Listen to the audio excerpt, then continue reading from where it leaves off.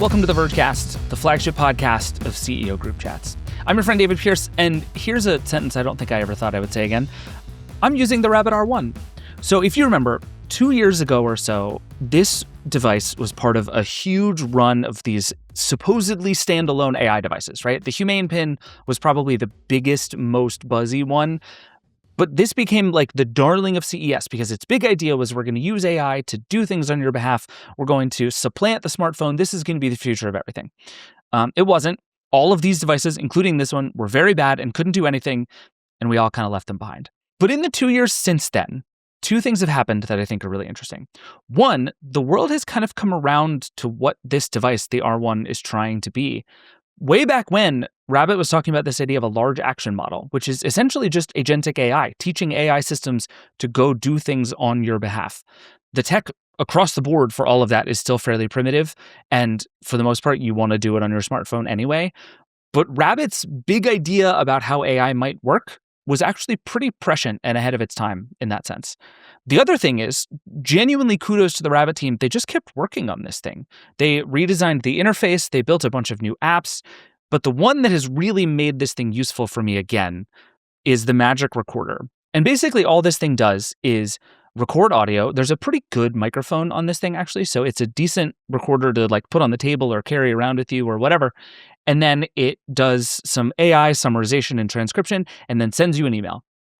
And that's the sort of thing you can do on your phone. It's the sort of thing you could do on your laptop. There's a million different devices for it, and you really don't need a standalone device to do anything that the R1 does. But there's something about this form factor and being able to walk around and hold it like I'm an old-timey doctor dictating notes.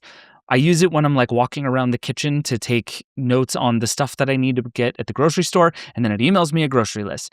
And there's just lots of little things like this that I don't want a dedicated device for everything, but having it for certain types of things, especially a voice device, so I can use it to set timers, I can use it for simple reminders.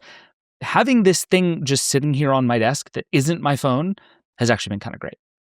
Kudos to Rabbit. More on this to come. I think there is an interesting story in what has happened to Rabbit over the last 2 years, so we'll get back to that. But kudos to Rabbit. All right, today on the show, we're going to do two things. First, we're going to talk to The Verge's Liz Lopatto about the OpenAI Elon Musk trial that's going on right now. You're hearing this episode probably on Tuesday. The trial started with jury selection on Monday. Liz and I talked on Friday. There's a lot of stuff happening and a lot of moving parts right now, but it felt important to talk about this trial because there's big stuff happening. It involves huge names in the tech industry, and there's some really interesting things that might come out of it, no matter who wins. So we're going to get into that with Liz.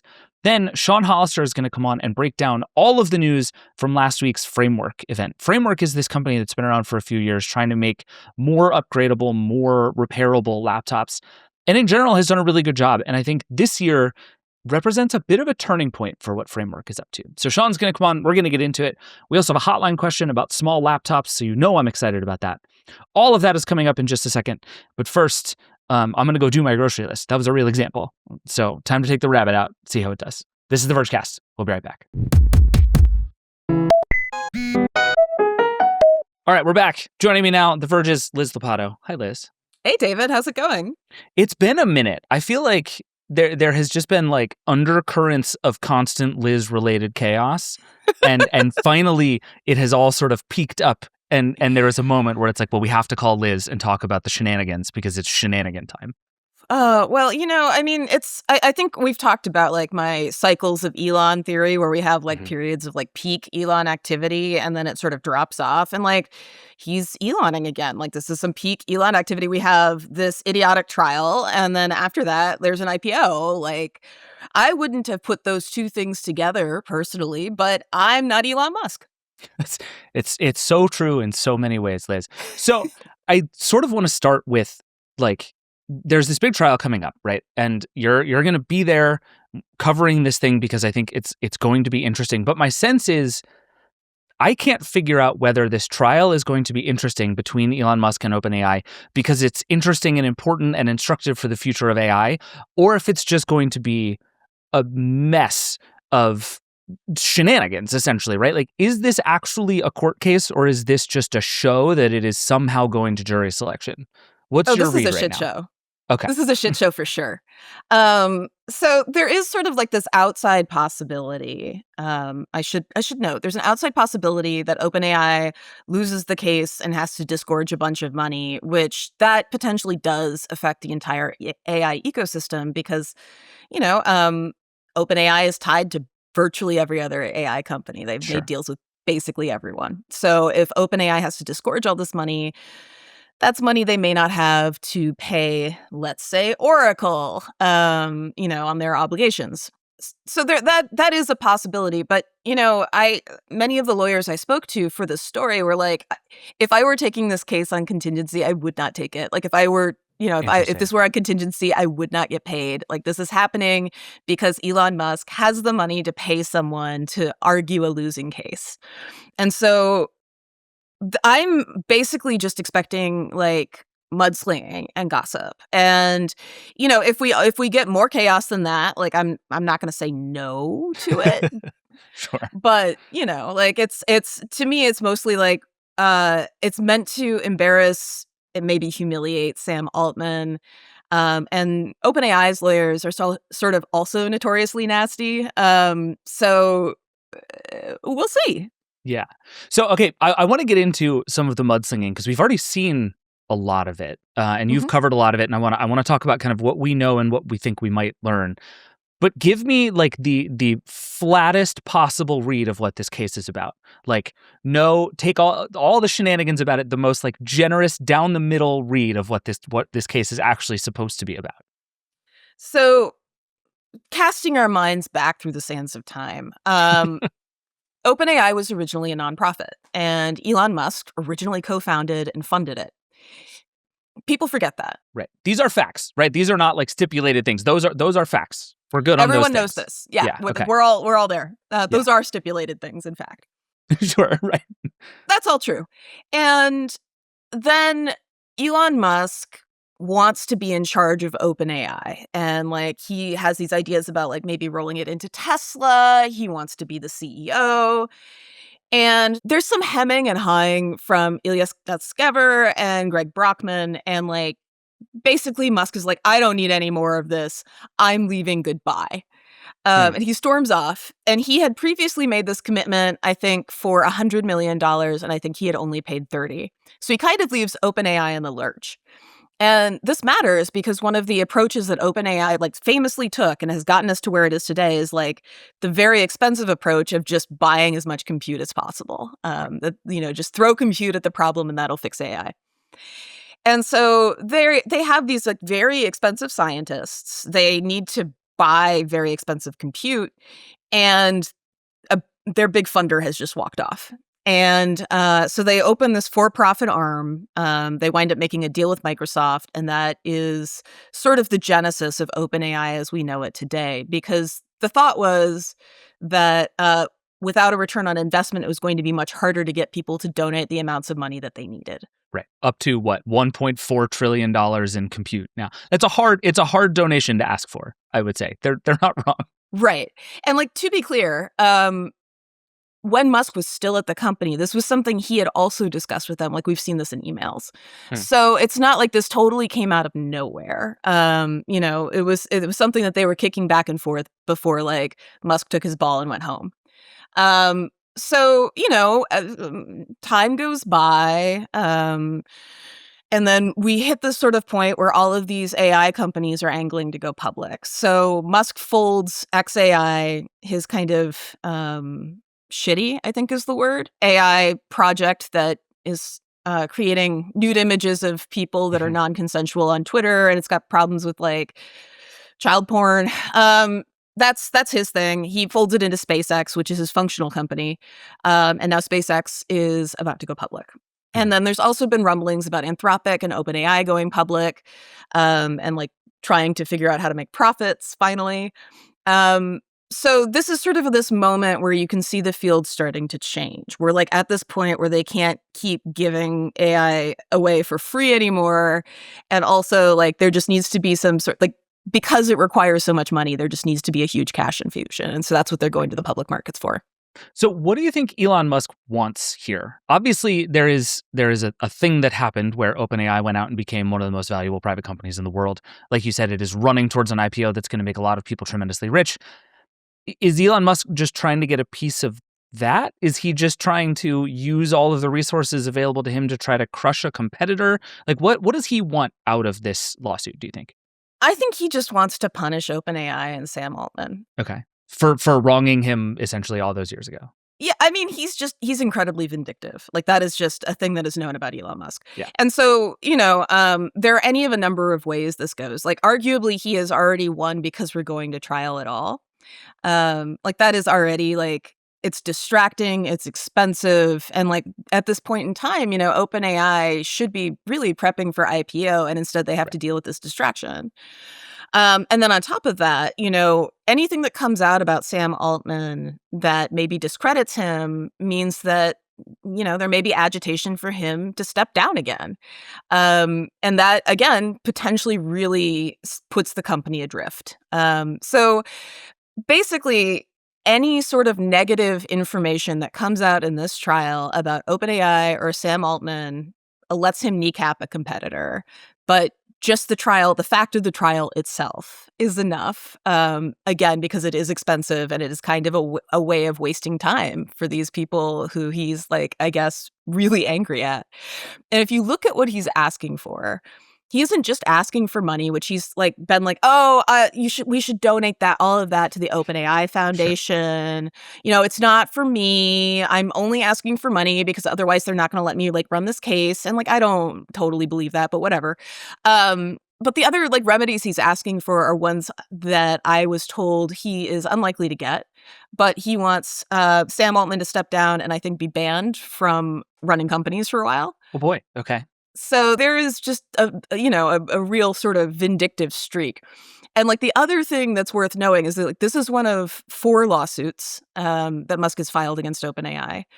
And it's also this guy loves filing lawsuits. He really does. It's lawfare. It's because he has so much money and he knows that most of his opponents don't have as much money as he does, and it's just a way of inflicting pain, and that's all it is. So, like, the fact that, like, the lawyers on this case are not, people who are knowledgeable about laws around charities or contract law. I think the lead lawyer for Musk is an IP lawyer, which is definitely not the same thing. Nope. That kind of tells you what you need to know. He's not hiring, like, the authorities in, this kind of law. He's hiring whoever will take the case. So I think that, to me, is one of the most interesting facts of all of this. And again, you pointed to, like, it's a win that this made it to trial. I think it's been easy to write this off as sort of Elon Musk legal nonsense until it actually goes to trial, right? Like you said, the man loves a lawsuit. He will sue anyone over anything real or perceived, and he seems to just feel like, well, I'm paying these lawyers anyway, I might as well make them do something. Which, sure, like, knock yourself out if you like a lawsuit, go for it. What is your read on how surprising it is that this thing is actually, as it stands right now on Friday, April 24th, going to trial? You've been reporting on this and writing about this. Like, is it as surprising to everyone as it seems to me that anyone took this seriously enough that this is actually going to trial? I mean, again, if it were not Elon Musk, it wouldn't have gone. Okay. He can just horsepower this thing through with resources. Yeah, basically, Okay. because, like, the questions that that the jury is being asked to decide are questions of fact, and so they're not really things that the judge can rule on. The judge rules on law. Fair. Right. So, I would argue, having looked at what evidence has already been released, this is a pretty clear-cut case, and it's, like, OpenAI's to lose. Now maybe there's going to be some, like, surprise legal maneuver that comes out and, like, we're all blown away, legal drama style. But that mostly doesn't happen, like, so the fact that it is, a question of facts rather than a question of law is the reason we're in front of a jury. And it's just because the facts are so strongly lined up against Musk that everybody's surprised that we're going forward, because most lawyers would be like, this is a waste of my time. Yeah, you have a great quote in a story you wrote that was basically like, this ended up a trial because let me see if I can find this. It's from Sam Brunson, who's at the Loyola University of Chicago, who says it only ended up a trial because Elon Musk can pay his attorneys to argue a losing case. Like, bleak, but here we are. Here we are. You mentioned all of the stuff that we've seen already. There's been a lot of information about this case that has come to light in one way or another in the run up to it. What have we learned, do you think? What's kind of top of mind for you in terms of new things we've learned just because this case has come this far? Which, again, I think is, in particular, Elon Musk's goal is just to put a lot of damaging information about his opponents out there through legal filings. To some extent, it seems to be working already. What has happened so far? Well, my personal favorite, which I'm just going to start with, is from a legal filing. It's not going to make it into the case because in the filing, Musk's lawyers were arguing successfully, as it turns out, to get it excluded. But it's a line of questioning in his deposition from OpenAI's lawyers who are asking him, does he know what rhinoket is? Does he know what rhinoketamine is? Did he do rhinoketamine at Burning Man in 2017? Okay, like... That is a series of very specific questions. This is dirt, you know? Yeah. And like they can ask about Burning Man, by the way, because that is a period of time that is relevant to this case. So we may hear some questions about Elon Musk's behavior at Burning Man. And if he answers them wrong, he does open himself up to then getting the questions about rhinoket. So like I'm over here just like fingers crossed, baby. But, you know, I think that that's sort of like emblematic of like, you know, what we're getting here. Like some of the things that we're getting are details that I think are interesting to people in the tech industry, like Ilya Sutskever being like, oh, we can't treat open source AI as a sideshow. Like this is potentially something that we need to take very seriously.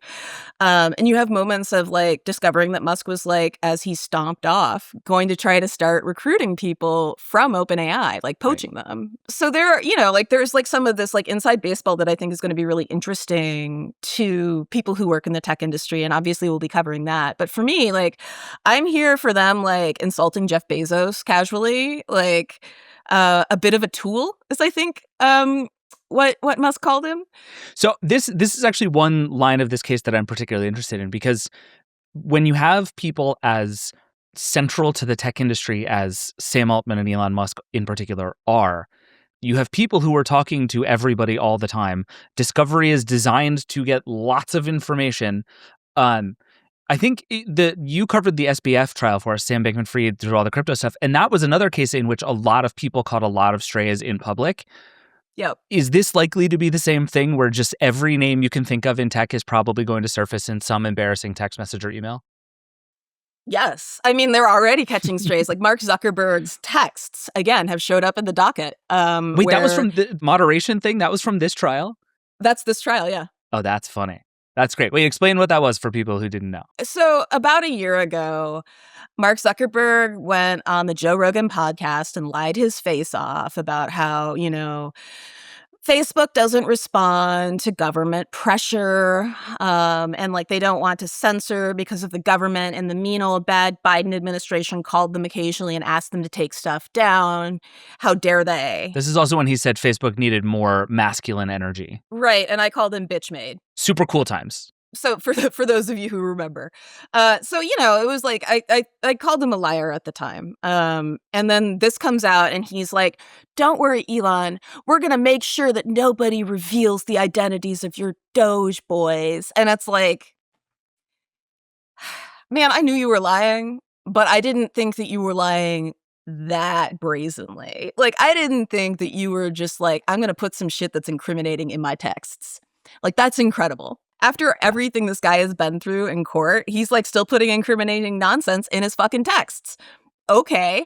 So, it's Zuckerberg's already caught strays. I'm sure there are more because he and Musk seem to be pals. Yeah. Sam Altman knows everybody. Like that is sort of famously one of the things about him that makes him, unique in the Bay is that he is just like really connected, in part because of his sort of previous time at Y Combinator. And so I imagine we're going to hear things about leadership at NVIDIA. I think we're probably going to hear things about, OpenAI's assorted partners. Like obviously Microsoft's a part of the suit, so we're going to hear from them. But, anybody that they might have partnered with or that they had explored partnerships with, like that's also potentially something that comes into the case. And so that's everybody, like that's a number of these like companies like CoreWeave that are making deals with OpenAI for compute. That is places like Amazon and Microsoft that are, big big companies that were thinking about investments. That is potentially anybody who is thinking about an investment in OpenAI. So I'm like, all right, which VCs are going to be catching strays here? Because like, those are also people who potentially can be very embarrassed by stuff that comes out. Just in the course of like having this discussion of like what happened on this timeline. Yeah. And it also seems like we've tracked a bunch of really interesting moments in the history of OpenAI, particularly Sam Altman getting fired. I mean, it's really interesting to me, the timing of this next to that big New Yorker story about Sam Altman, which raises a lot of questions, I think, about his fitness to lead the company and a lot of questions about the information being shared around him and potentially by people like Elon Musk who want to take him down, the like dossiers being created by Oppo researchers. Like, I mean, it's literally like in the way that Silicon Valley, the HBO show, is way too real about the tech industry. Like, these are all just succession plots. Every single one of them is just a succession plot about other companies. And it just feels like the risk right now for Sam Altman reputationally is so high that you can sort of see why Elon Musk like smells blood in the water, right? That it's like if I can just take him down, I will win in my heart in a deeply like black-hearted way, but also I can in a very real way take down a competitor right before SpaceX goes public. Like, part of me thinks that you're right and this is going to be easy and OpenAI is going to win the case pretty open and shut and just walk away and go about its business. But it also does feel like OpenAI is tenuous right now in a way that this could go sideways even if they win the case. I don't know. Am I overthinking this? No, I don't think you are. Although I will say, I think that the New Yorker article came out when it did, in part because of this case, right? Like, That's fair. Sure. My read of this, and this is just like as a person who also does reporting, is that when I got to the part about the dossier, I was like, oh, someone sent Ronan Farrow this dossier, and he was like, okay, how much of this can I substantiate? And the answer was like, the most egregious claims were false. Right. And like, there's a point at which Altman actually thanks him for like looking into, these allegations, where he's like, well, at least somebody like looked into it and said like, that's not real. Yeah.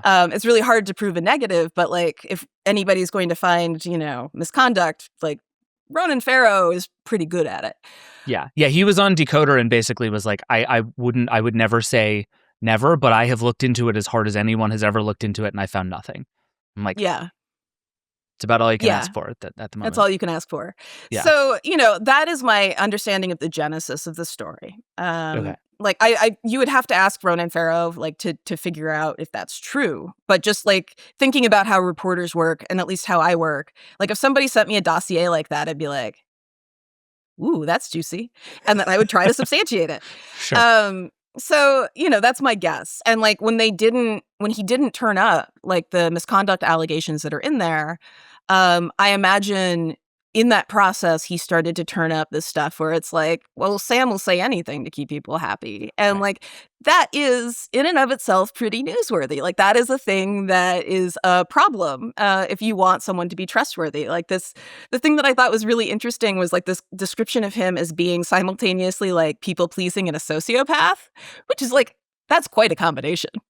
Yeah, it's tough. Again, I think so much of this and so much of the OpenAI story ultimately ends up being a referendum on Sam Altman.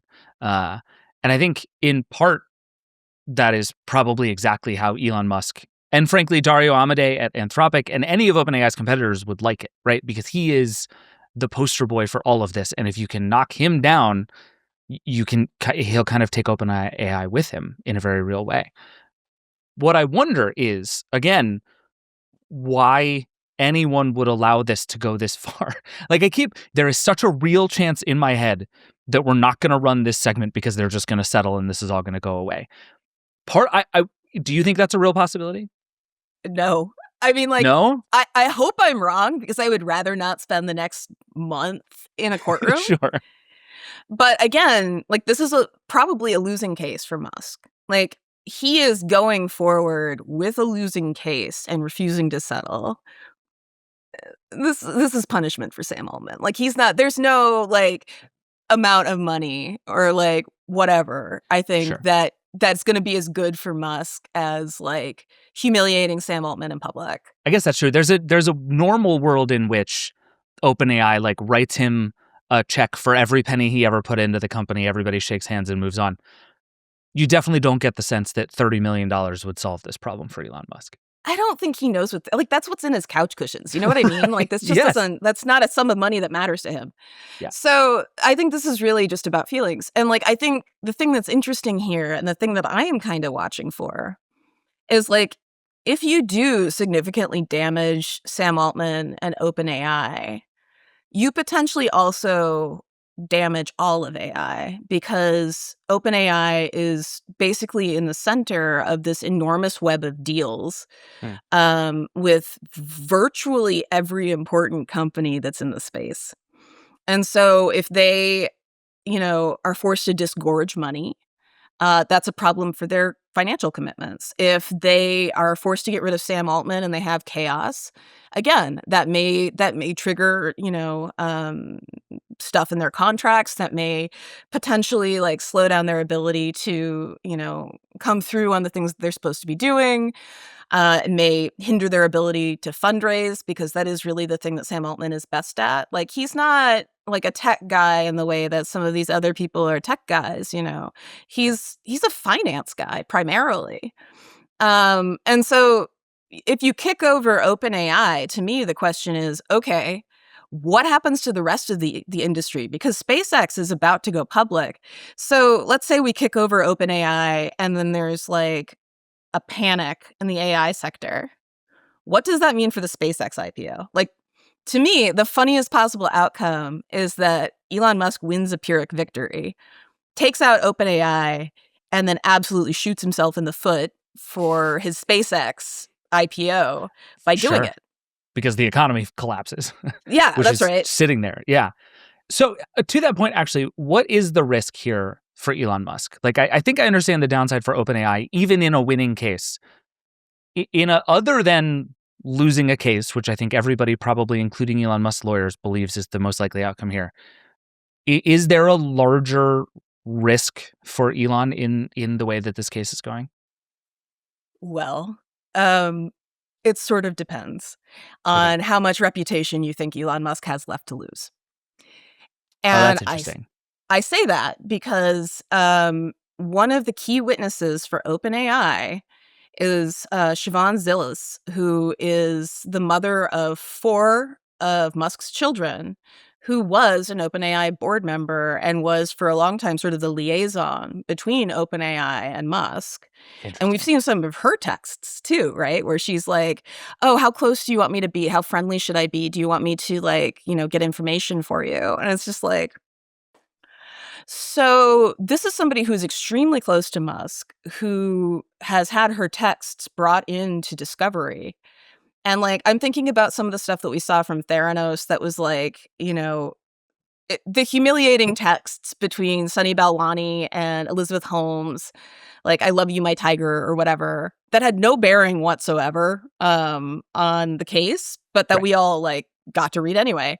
So depending on what's in those text messages, and it seems like there's some very real stuff about Elon Musk's business in there, because like not only is this woman like, the mother of his children, she also is involved in a number of his companies. Like I believe she worked at Tesla and Neuralink.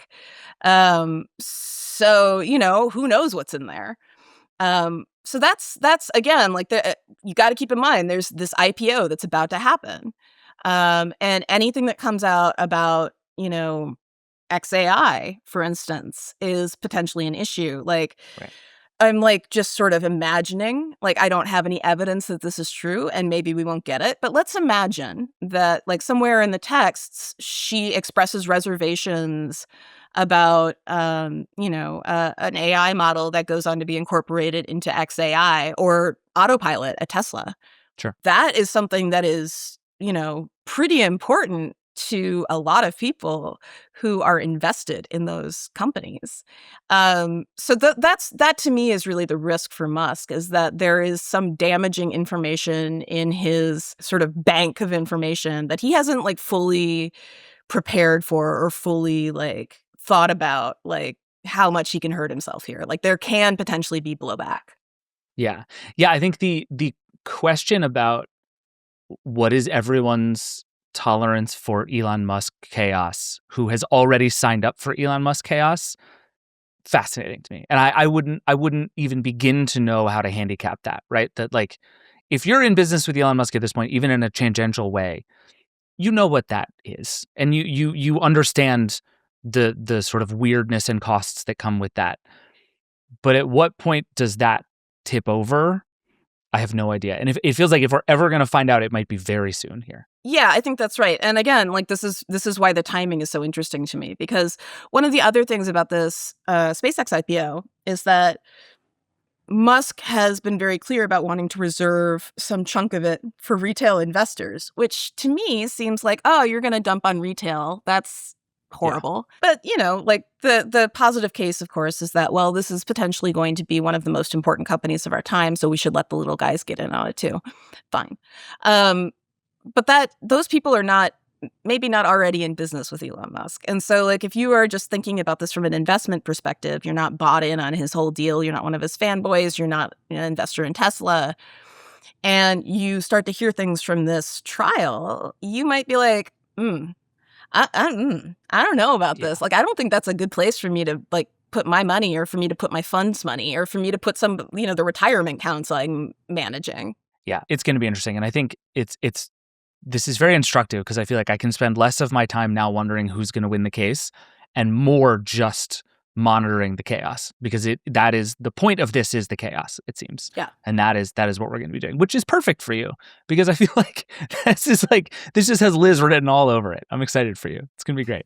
I was trying to explain to a friend like what I do, and at one point he was just like, "Oh, you just write about the most cursed stories in technology," and I was like, "Yeah, that's about right." And sometimes those cursed stories end up in courtrooms, and then you have to dress nicer to cover the cursed stories in technology. I'll be hanging out outside a courtroom in downtown Oakland, waiting for this all to start kicking off. It's going to be a messy one. You've stood in some wild lines for courtrooms. I suspect this one's going to be high on the list. We'll see. But yes, I am expecting mess. I am expecting chaos. And I'm very curious about who's going to get burned here. Yeah, indeed. All right. Thank you for helping with this. I feel good. You're going to be in the courtroom. You're going to be writing a ton. Make sure you're following Liz to get all of this stuff. And we'll have to have you back when some truly wild stuff happens. And we're just going to read texts to each other and then just sort of cackle about them on a podcast. I'm very excited. Sounds amazing. Awesome. I look forward to our dramatic readings. Perfect. All right, we're going to take a break. We'll be back. Thanks, Liz. Support for this show comes from Shopify. Every thriving, successful business has to start somewhere. A good place to start is a relatively simple question. What if, given the right tools, I really put my all into this? One tool that can help grow your sprouting business to new heights is Shopify. Millions of businesses around the world rely on Shopify for e-commerce. They offer a host of helpful tools you can take advantage of, from payment processing to analytics to website design. Their design studio includes hundreds of templates to help you create the exact website you've been envisioning for your business. If you're wondering, what if I need help? Then no worries, because you're never left to fend for yourself. Shopify's award-winning customer support is available 24/7. It's time to turn those what ifs into a thriving business with Shopify today. Sign up for your $1 per month trial today at shopify.com/Vergecast. Go to shopify.com/Vergecast. That's shopify.com/Vergecast. Support for the show comes from Upwork. The days of doing it all by yourself, are over. There's no romance in burning out while you're trying to scale. Instead, you can check out Upwork. Upwork helps grow your business by giving you fast access to specialized talent across more than 125 categories, so you can fill skill gaps, launch projects faster, and scale without committing to full-time headcount. And finding the right talent is easy. You can browse profiles, review past work, and get help scoping the role so you can get started quickly. Seriously, you could connect with the right freelancer in just a few hours, especially when you sign up with Business Plus. Their AI-powered shortlisting pairs you with the top 1% of talent in under 6 hours. No endless searching required. You can visit Upwork.com right now to post your job for free. That's Upwork.com to connect with top talent ready to help your business grow. That's UPWORK.com. Upwork.com. All right, we're back. The Verge's Sean Hollister is here. Hi, Sean. Hi. So we have an opportunity to talk about a thing that I'm very excited about, which is that Framework, a company I think you and I both think is like cool and interesting and fascinating, and we should talk about the reasons for that. Oh, yeah. Kind of finally made the computer we've been waiting for Framework to make. So let's just start there. There's a bunch of announcements from Framework this week. Super interesting stuff, but the Framework Laptop Pro was the star of the show. Tell me about this laptop. You were at the event, you saw it. Tell me about this laptop. I was excited just from this spec sheet because of jargon, because of things like LP Cam 2 with 2 M's, because that is a new form of computer memory, which is wonderful, and I'll tell you about that later. But things like custom display, 30 to 120 hertz, variable refresh rate, things like Core Ultra 3. But when I got there, the thing that actually impressed me was the thing I dismissed at first. It's that this has a chassis made of CNC machined aluminum, actually carved out of extruded blocks of metal instead of being like printed and stamped and those things that cheap laptops do. And that Framework, which does not make cheap laptops, was still kind of doing up till now because they wanted to put their money other places. Right. Yeah, the wrap on Framework, I feel like, since the very beginning has been, I love this company's ethos, which is that everything should be upgradable and repairable, and you should be able to swap in parts, and you should be able to buy a computer and use it for a very long time. But you were always making some sacrifices in service of that Huge ethos. compromises. And I feel like they've gotten less huge over time in Framework's defense. But I think the chassis is actually maybe the biggest one. Like Framework has just never made a laptop that you pick up and you're like, God, this feels great. It's just never done that before. Never. And so I think, to me, just like even reading your story, it was like the first impression you get is like, oh, they made a great one. Like the MacBook Pro, I think, is a reasonable standard of like really excellent high-end laptops. Is it that nice a piece of hardware? It feels like it's in that category now. Like you know, I don't want to go all the way to like, if you take your, M5 16-inch MacBook Pro with all the stuff and it's the best laptop that Apple has ever made, because of course every year they make the best laptop they've ever made, yada yada. I don't know if it is that perfect of a like feel, which, and even there, Apple laptops, I don't like how like the deck like pulls and carves into my wrists when I'm trying to type on it. I don't love that. But whenever we've said, wow, a Windows manufacturer finally got it, this is up there with the MacBook. Framework is finally there too. Framework is finally in that place where this chassis feels like it can go toe to toe with anything else out there. And the touchpad may be better than the Windows laptops I've used. That's strong praise, and it's very preliminary. Very preliminary. Okay. Like, how long did I play with this thing? Not long enough to be like, I'm going to use this touchpad every day and love it. But my first impression was silky smooth, nice. The haptic click feels like a proper haptic click, whereas most Windows manufacturers like kind of tried to copy the thing Apple did and maybe didn't quite get all the way there. Like, they put some serious thought and effort and money into this, and yeah, we're on that trajectory now. Maybe it's there. More testing to do.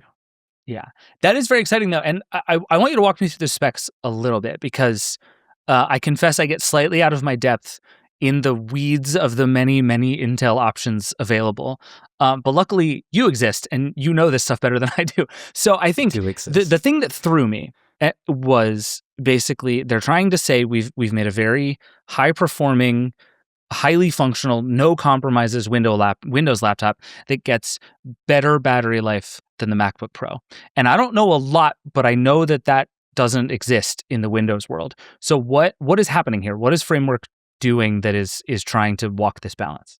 I want to correct you. It's just finally now existing. We're in this place where there is one other laptop that comes to mind in particular. There is a Dell XPS 16 out now, where they have a special screen from, I want to say it's LG Display, that goes all the way down to 1 hertz. And when you combine that with the Core Ultra 3 chip, which is more efficient than most of the other Windows stuff we've been seeing for a while. AMD had some stuff that came close, but this is even better. When you combine these things together, that laptop was definitely beating all the MacBooks, was beating all the ARM stuff. When you combine that with a big battery. Now, but this one, they're saying it'll do 20 hours of 4K Netflix, and they say that's a smidge more than the 14-inch MacBook Pro gets. 13.5-inch laptop, 14-inch laptop. We're talking pretty comparable here. More battery life than that. When you go up to like a 16-inch MacBook Pro, you got a bigger battery. Anyhow, Core Ultra 3. You want me to go through the specs? The Core Ultra 3 in here is a very efficient chip, as we've seen in that Dell, we've seen in some other machines. It can also be a very powerful chip with graphical potential when you got 12 of the Xe3 graphics cores in there. I saw some Cyberpunk 2077 running at the event with some artificial upscaling and things like that, but it looked good and smooth at over 60 FPS on a machine that's very thin and light. This is 1.4 kg. It's got this custom screen. The first custom screen from Framework. They've done semi-custom before. They've done off-the-shelf stuff, but generally, Framework, they want everything to be modular, repairable. They want to know that they're going to be able to find screens in this form factor, this resolution years from now that you can put in these laptops. So to then do a custom panel, that's a big deal. This one is 13.5 inch. It's 3:2 aspect ratio. It's tall, 2.8K resolution. It is IPS, not OLED, but IPS is pretty good. And it has that variable refresh rate from 30 to 120 hertz when their 13-inch laptops were stuck at 60 hertz before. Right. So all of a sudden, things are going to feel smoother because everything feels smoother when you graduate beyond 60 hertz. It seems like so far we're in a place of like nothing sort of individually world-beating, but also no red flags. Like nothing you've described to me is the thing where I'm like, oh, we haven't hit that yet. Is that coming? Yeah, we'll get to one of them. We'll get to one of them for sure. To get this battery life, it's not just the Intel processor. The battery in it is 22% larger. They're at 74 watt hours now. And they've got this LPCAMM2 memory, which is the compression-mounted memory. Before you got like sockets. I stick it in the socket and I put it down and it snaps into place. And that is not the best and most efficient like electrical connection you can have. You want memory paired very closely to the CPU on the motherboard for best results. And so what Apple and some other companies do is they'd say, well, we're going to solder it on there. You can't replace it anymore, but we are on the motherboard. Now you can be on the motherboard with LPCAMM2 memory by putting 3 screws in it and sticking it down very tightly to pads that are right on the board. And so this memory is fast, it's low power, it's efficient, and it's also efficient because it's connected directly. On top of all of that, there's PCI 5.0 storage, which is like much faster than PCI 3.0.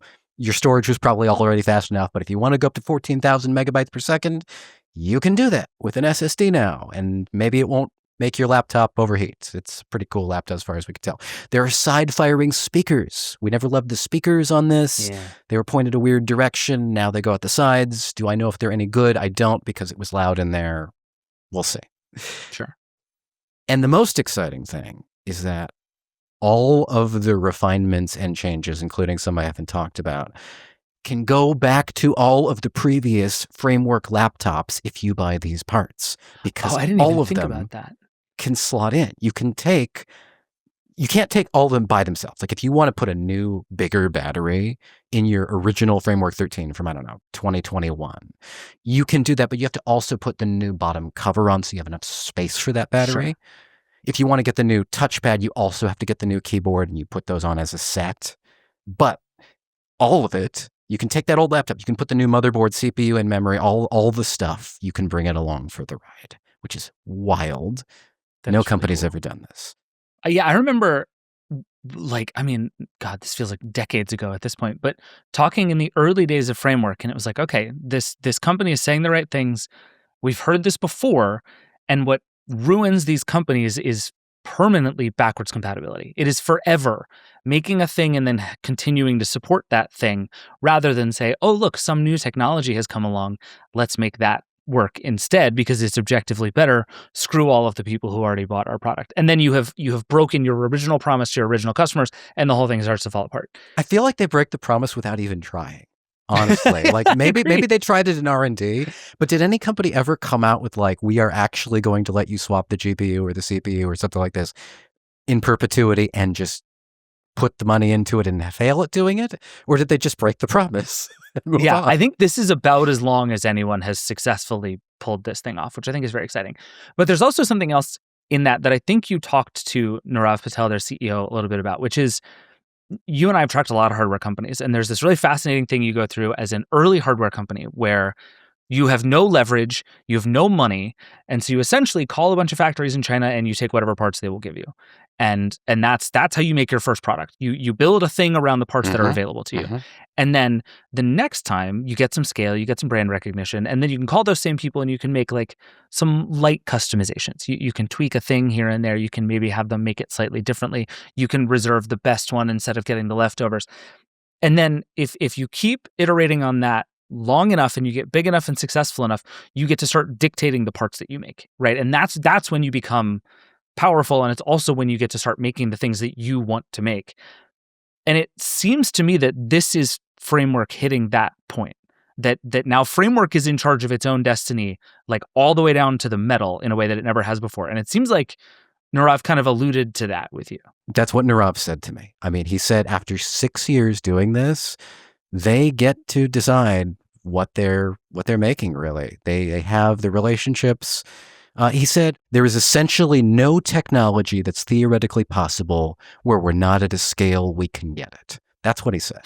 And it's kind of a bold thing to say out loud. Very bold. He's been very bold this cycle. He also said that everybody, nobody likes this Logitech keyboard. We'll get to that in a little bit. We will.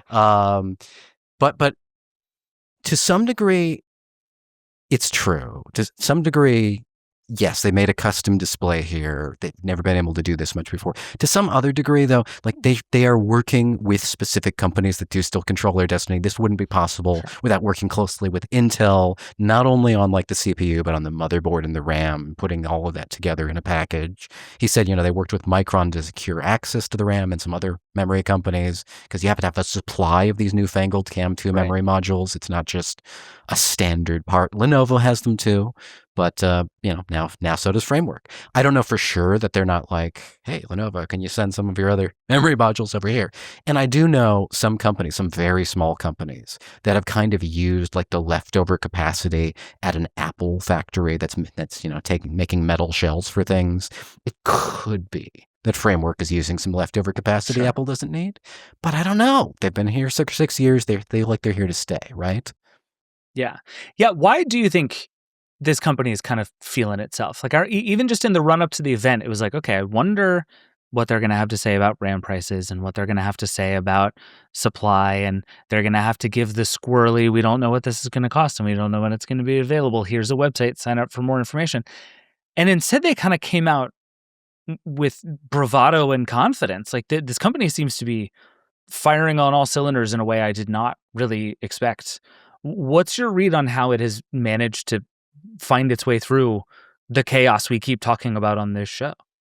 Part of it is, part of it's investment. They've had investment that's unlocked the ability to invest in these supply chains, in these products that they did not have before. Part of it is that they have gained the respect and confidence having done this thing. With laptop number 1, we were like, well, is any of these parts going to be upgradable than laptop number 2, or is this a broken promise? With number 2, we're like, this is better, but nobody's actually had a chance to replace laptop 1 yet. Let's see if they're going to do it in laptop 3. Laptop 3 comes out, we're like, okay, it's 2 generations. They've done the thing nobody else has done. Then they did it again with the 16-inch. okay, this company is really onto the thing. They know this, and they are building an audience that trusts them, and they're being very transparent with this audience about everything from RAM prices and how much it costs them to the suppliers they use for the components. They don't just say, we've built this wonderful new Wi-Fi chip that's in this it's in this framework keyboard. They say we are using this particular component from this one of our suppliers that the nerds in the audience will know and recognize and say, yeah, you used a really good component. We are nerds too, and we get it. That is something that there's been far too little of in this industry. And so that kind of, I don't want to say radical transparency, but this transparency is a breath of fresh air. It makes this audience feel like they are being listened to, that they have a voice, that they are supporting a movement instead of just supporting a company.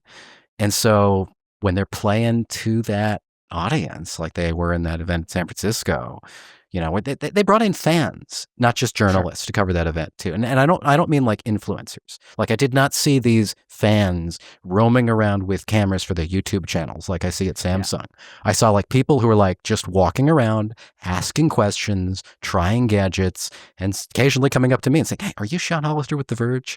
You want to talk about this?" That was fun. That was fun. I don't get recognized very often. Those are the good days. I like those days. And that's also when you're like, oh, this is nerdy people. When people know who I am, these are my people. Yeah. Yes. So, okay. So this all sounds very good. You haven't tested the thing. We will eventually get one of these to review. What are you worried about? What do you look at, or what have you seen that you're like, this is a yellow flag. I'm marking this down to check later.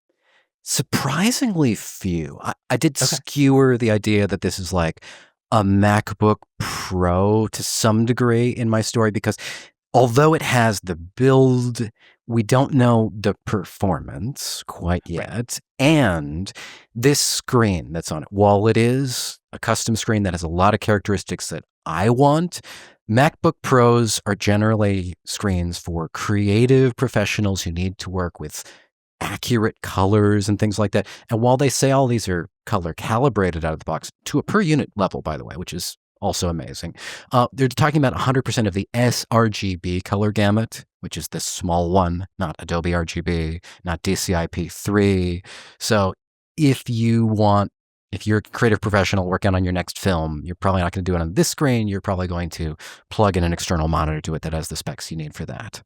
Okay. Yeah, I think it was in your story that they said something to the effect of, we think this is a computer for developers. Yeah. Which strikes me as very smart at this moment in time. It's like, when Apple says creative, it means like people who use video editing suites for a living, right? Like you see the things in Apple's commercials, and it's like people who make creative arts in some way or shape or form. And that's like, I think that's who Apple wants you to think its customer is, more than its actual customer base. But like that's what Apple means by creative. I think it's actually it's sort of instructive to hear them say this is for developers, which also I think maybe helps explain one of the other fascinating things about it, which is there is a dyed-in-the-wool Linux version of this. Because Sean, this is the year of Linux on the desktop. I don't know if you've heard. It's news to me. No.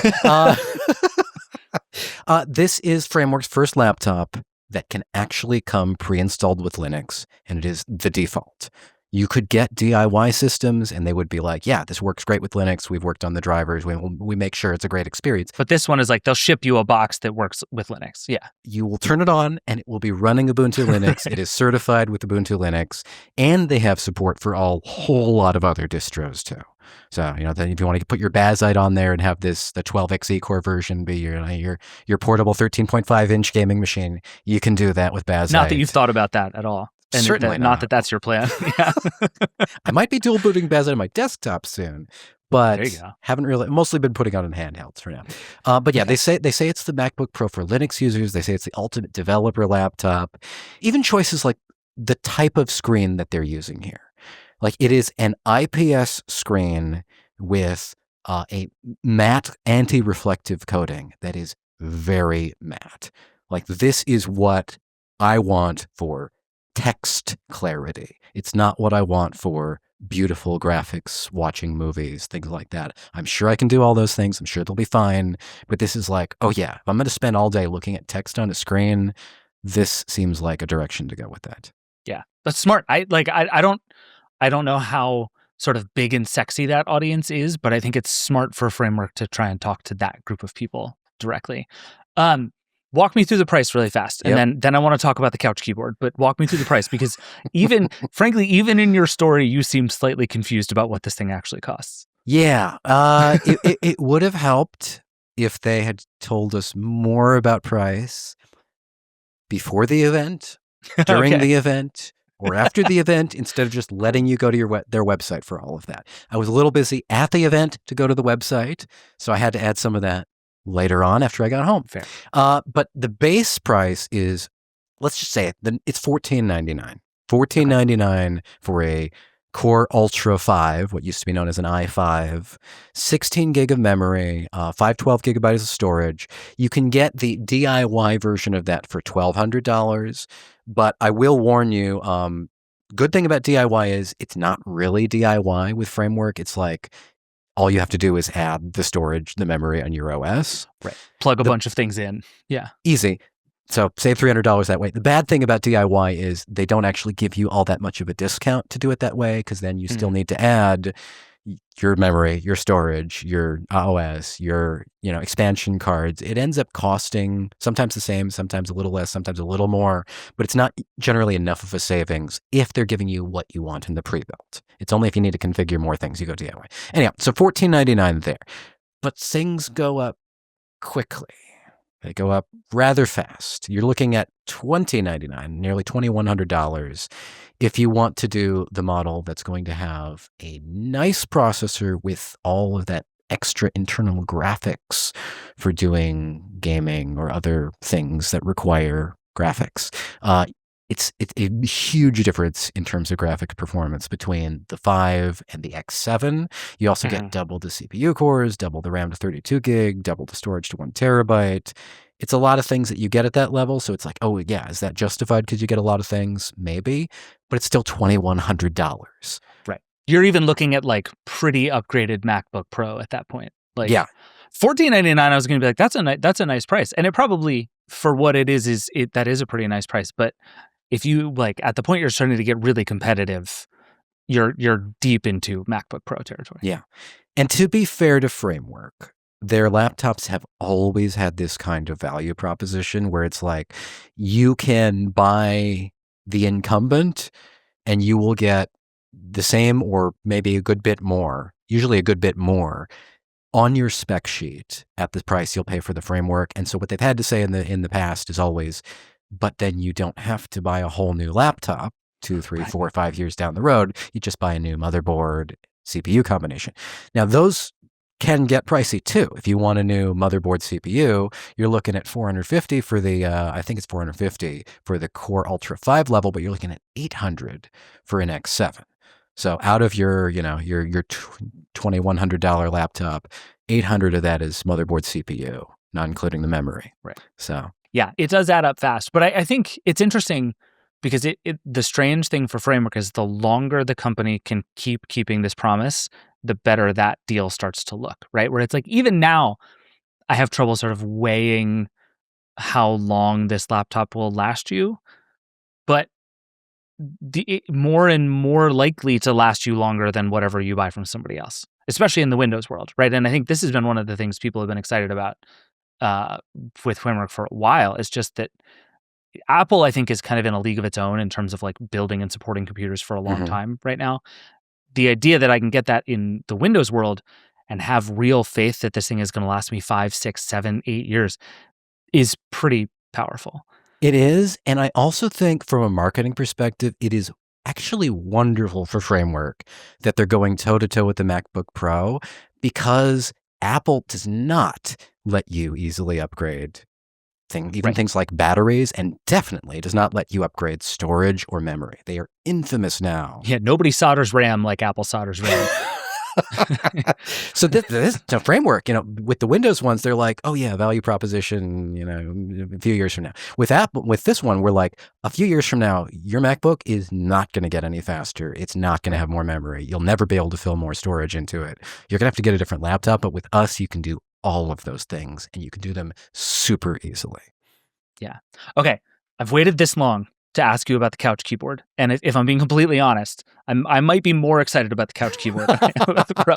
I think the Pro is like a way more interesting, important device. It says a lot about the world. The couch keyboard, the Logitech K400, everybody's couch keyboard, is a piece of junk. It's also $35. And I was actually very edified to know that everyone hates that thing as much as I do, because it has a trackpad on the right side, it has clicky mouse buttons, it has a keyboard, it sucks all the way across from left to right. It is junk, but it works, and it's $35. And Framework just like decided to build a better one just for funsies. I can count on one finger the number of times I have been in a call with a tech executive, and he has said, "So we're building a thing to replace that thing that you hate that you own." and I'm like, "You're right. I have this thing, and I own it, and I hate it. And you're right. Everybody owns this." And so we've had Verge commenters who've come in and be like, "Actually, no, I don't hate this because the price is low." We've had Verge commenters. It's $35. It's very hard to compete with $35. Like I agree with that. It is, but Logitech, like, there should be. It's one of these things. We had Nirav. We had Framework CEO Nirav Patel on the Vergecast.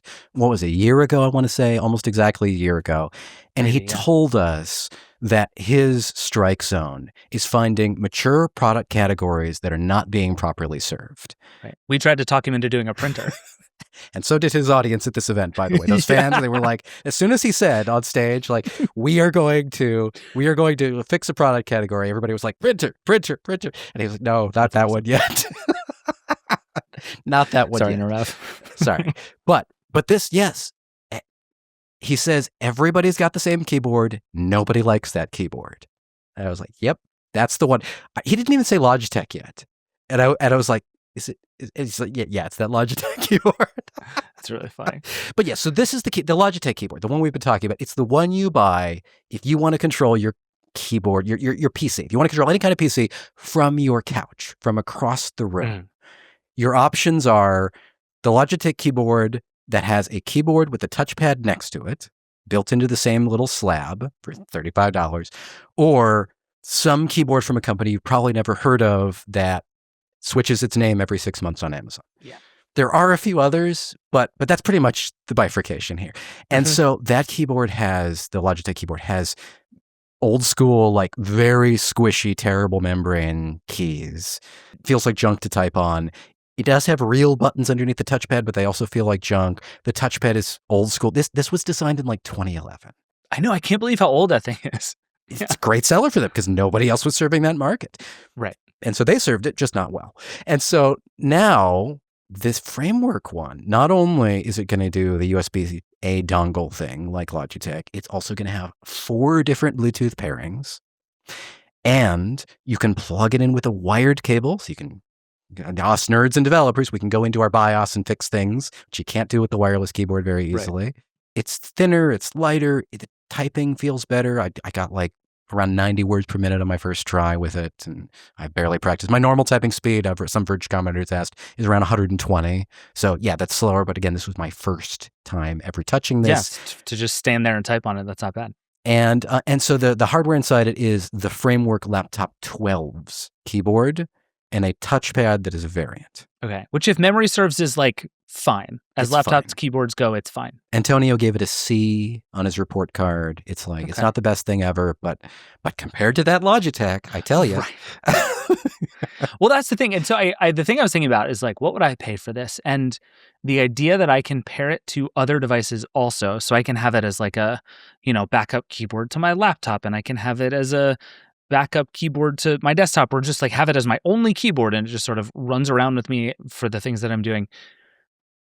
Or I can just throw it on the couch and have it be my couch keyboard. It's like, I'm betting this thing is not $35. And I think I'm willing to pay more, but I don't think I'm willing to pay a lot more, which makes this challenging for Framework. It is. I worry that Framework will overestimate what this is worth to people because the audience is so underserved with a nice one, and they're going to be like, oh, we're the nice one. We're the nice alternative to the Logitech, so we can charge, $100. And no, I will not buy it at $100. I'm hoping. Yeah, like I think it's $69.99. I'd buy this. 50. maybe 50 I'd buy for 60. sure. Yeah. 70 is starting to get to be 70 is where I'm like, I could, but I already have other things. Like, not only do I have the Logitech, I do have some folding keyboards from companies you've never heard of lying around. So for me personally, 70 is a stretch, but maybe. Yeah. It's an interesting one. I just think it's a neat way of thinking for Framework to say basically we're building this modular set of things, and rather than just have them all connect to each other, how can we sort of turn individual ones into other kinds of products? And I don't know how far that idea goes, right? Like keyboard is sort of uniquely well suited to do something like that. But to just be like, well, we made a good keyboard, let's find other uses for good keyboards is a cool way of product thinking that I think we don't see out of a lot of laptop manufacturers. Yeah, I'm eager to see because they're going to release the CAD for the like the how to hold this keyboard and other things, and so we'll see people build it into fun things. Framework had a whole like gallery of here are things our fans built using our hardware. There was like a gaming handheld there that has Framework motherboard inside, all kinds of fun stuff like that. And so this keyboard will be added to that stable of you can build it into things. The other bit, which I think you're going to love, I don't know if you saw it, if you read my story, because I didn't have a picture of it in there, but it's in the video. They have built what I call the anti-dongle.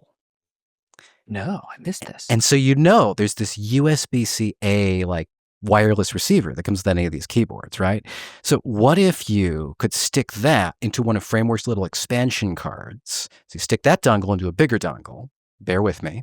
But then that slides perfectly flush into the side of your laptop or your Framework desktop because they are designed to hold expansion cards. So it's flush, no longer sticking out of your laptop or desktop. Only works if you're a Framework owner of computer user, but still, anti-dongle. I love it. Anti-dongle is pretty good, especially when it's sneakily actually two dongles. That's very good. So it seems like Framework, like in general, again, I think we have rooted for this company because I think this idea is a good one, and I want someone to make laptops like this and computers like this. And it feels like Framework just continues to get the thing right? Like this all feels like good news coming from Framework. If you're somebody who likes PCs made the right way, this feels like a win of a week. It really does. It feels like this company coming into its own. And I didn't think I would think that coming in. I thought like, okay, they're doing another 13-inch. They've already done the 13-inch, and there's some really cool peripherals around the edges. We didn't even talk about like the eGPU stuff. That's delightfully nerdy. But Okay. yes, but it's a lot, and to see them playing at this level now, I don't usually consider myself a fan of companies. I'm a fan of individual products because many companies, their next product won't be anywhere as good as their last one, and then I don't want to be rooting for a product that wasn't well designed. But Framework, it's hard not to be a fan when you love tech like we do. Yeah, I think like I root for Framework because I like this idea and the thing they're doing, and we as always we reserve the right to change our minds. But also, you and I have both spent a long time rooting for lots of people to do this thing, and lots of people have done it poorly, and it's very exciting to see somebody continue to do it really well. It is. All right, we need to take a break. But Sean, do you have a few more minutes to stick around and do a hotline question with me? Sure. All right, we're going to stick around. We'll be right back. See you in a sec. Support for the show comes from LinkedIn. If you're a small business owner, you know that every hire counts, but time and resources are limited. Finding, connecting with, and screening the right candidates takes up valuable time you could be giving to your customers. That's where LinkedIn Hiring Pro comes in. It's built to be your hiring partner, helping you find the right candidates faster. That way you can hire with confidence without turning it into another full-time job. Hiring Pro streamlines the entire process from drafting your job to shortlisting candidates and conducting AI-powered interviews for initial screenings. Its updated conversational interface lets you describe what you need in plain language. Nearly 60% of hirers find a candidate to interview within a week. With Hiring Pro, you spend less time searching and more time connecting with the right talent.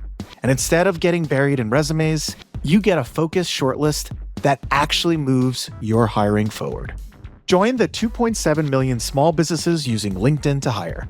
Get started by posting your job for free at linkedin.com/track. Terms and conditions apply.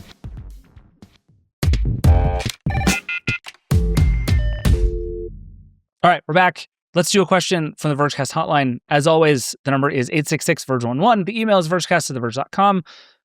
We have so many good, nerdy Sean questions, but I picked one for you that I have not prepared you for. But it is about tiny laptops, so get ready. Here's the question. It comes from Kate. Kate says, as a highly satisfied owner of a Surface Go 2 purchased back in 2020, truly the most ironic year to have bought a highly portable computer, I think it's a real shame that this product category never ended up taking off. Kate describes the way that they use the thing for travel with the dedicated Bridge keyboard. Shout out Bridge, which made good keyboards. Liked the 1920 by 1280 IPS screen, and then basically winds up to what happened to this category of PC and why hasn't this worked? And Sean, the reason I bring this to you is to go all the way back to the very beginning of the framework discussion. You said something to the effect of, we can kind of do good performance and good battery life now. And that suggests to me that maybe what we can do is slightly less good performance and even better battery life, which is what something like the Surface Go always needed, right? Like the Go's problem was it was an adorable little thing that just sucked. Like it was underpowered and didn't do the things you needed it to do in order to be a successful computer. But was it just too early? Are we coming back around to where something like the Surface Go could be what it was always meant to be?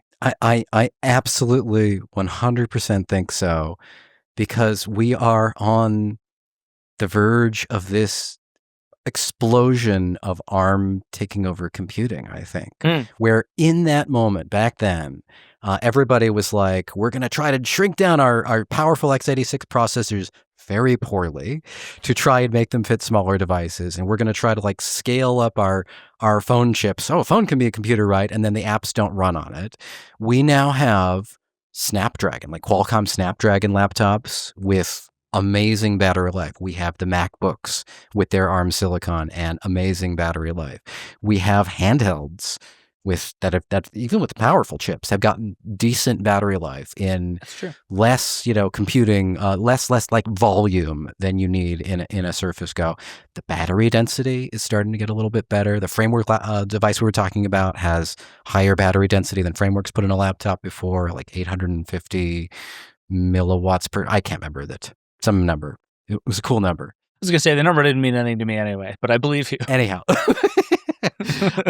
And we know that people are interested in what's going to happen when Steam and other vendors bring their Windows games to these machines. They've been building the groundwork for them to run there. There is so much demand and always has been for battery life that is finally coming around to being realized on ARM and on the chips that are now being pincered by ARM at every corner, that I think we could do this. Now, how much performance do you need? How much battery life do you need? Are you willing to wait the few more years for them to figure it out? Or do you want them to take what they got right now and try to like force it into this shape? So just for folks who have not followed this as closely as some others, walk me through very briefly kind of the chip revolution that has happened. Because I think an easy place to have left off in the chip world is that Apple sort of leapt ahead of everybody with the M series chips. Intel was and is flagging. AMD is coming out to sort of eat Intel's lunch, but is particularly focused on like high-end, high-performance things. And Qualcomm is desperately trying to figure out how to make something other than smartphone processors and can't figure it out. Like, not that long ago, that's where we were. And then it seems like kind of all at once, everybody figured it out all at the same time for sort of the same reason. Explain that kind of like big bang moment that seems to have happened. That's exactly right. A lot of it, to be frank, was driven by this moment that Apple had, where Apple was like, we are going to ditch Intel. We're going to make our own silicon. It is built on ARM. It is built on the fabric that we've been putting, into our phones. ARM generates the intellectual property. They don't actually build chips until maybe one very recently. But sometime we're going to do a 9-hour Vergecast that is just me saying, "How does ARM work to you?" over and over and over and over again. It's changing right now, literally right now, because they just announced their own dang chip, and I'm like, "But you don't do this. You told us for like 12 years that you don't do this, and now you're doing this." So Apple brings out this M1, the M1, and it is. I have my wife works as a subcontractor for Apple, so I don't report stories about Apple. I don't edit stories about Apple, but I do mention them on things like the Vergecast. And since we're asking about history, it comes out and it just upends our concept of what laptop performance and battery life could be overnight. And I think that's might literally be the headline we put on the story that Hein Gartenberg wrote for us. And it upends this whole concept overnight because we expect that it's going to have this tremendous performance penalty or battery life penalty or something because it has to translate software that was designed to work on Intel Macs into software that works on ARM Macs. But they figure out that translation the same way that Valve and in its Linux community figure out how to translate Windows software to run on a handheld device with Linux. Right. Like we're transporting software from one realm to another through this tunnel. But this time, the tunnel is good. The tunnel is so good that performance actually turns out to be better because the chip, it doesn't require as much cooling. It's a more efficient chip anyhow. And without that performance penalty, it's like, look how far we can run. And so they run very, very far. And every other company needs to react to that. And they need to react to that quickly. They don't react to it as quickly as they want, but they up their game. And Intel just now is coming into its own. AMD came into its own a little while ago.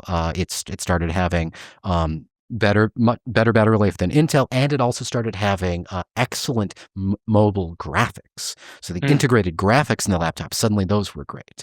And as it doesn't have as much battery life as Apple, maybe not. But there. Qualcomm, which had been trying to do the phone thing forever and failed until Apple came along, was like, okay, now we get it. They start bringing out finally some chips that'll do the Windows thing on ARM pretty well. There's still some compatibility issues, but they do it too. And now NVIDIA is about to do this as well. There's an N1 and an N1X chip coming. The NVIDIA ARM revolution is about to happen. They're finally going to have their own processors in devices when the only thing I think that's been powered by an NVIDIA CPU that anybody would know about is the Nintendo Switch. And so now they're going to do that there too.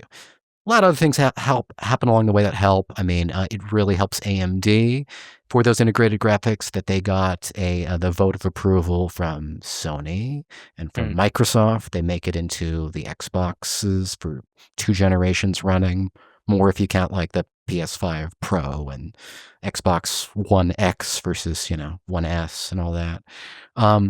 All the incentives are aligned. Apple's shown this pathway. Everybody's following the pathway. And it seems like it's all working great. All the chips are performing better than they have. Bigger leaps in, not necessarily in performance, but in battery life than ever. And the performance is getting steadily better as well. Yeah. I am actually surprisingly hopeful for the idea that we are 1 or 2 chip generations away from something like the Surface Go actually being like a completely plausible computer. And that like, you look at what the iPad has been for a decade, which is vastly overpowered hardware, desperately in search of like usable software for most work.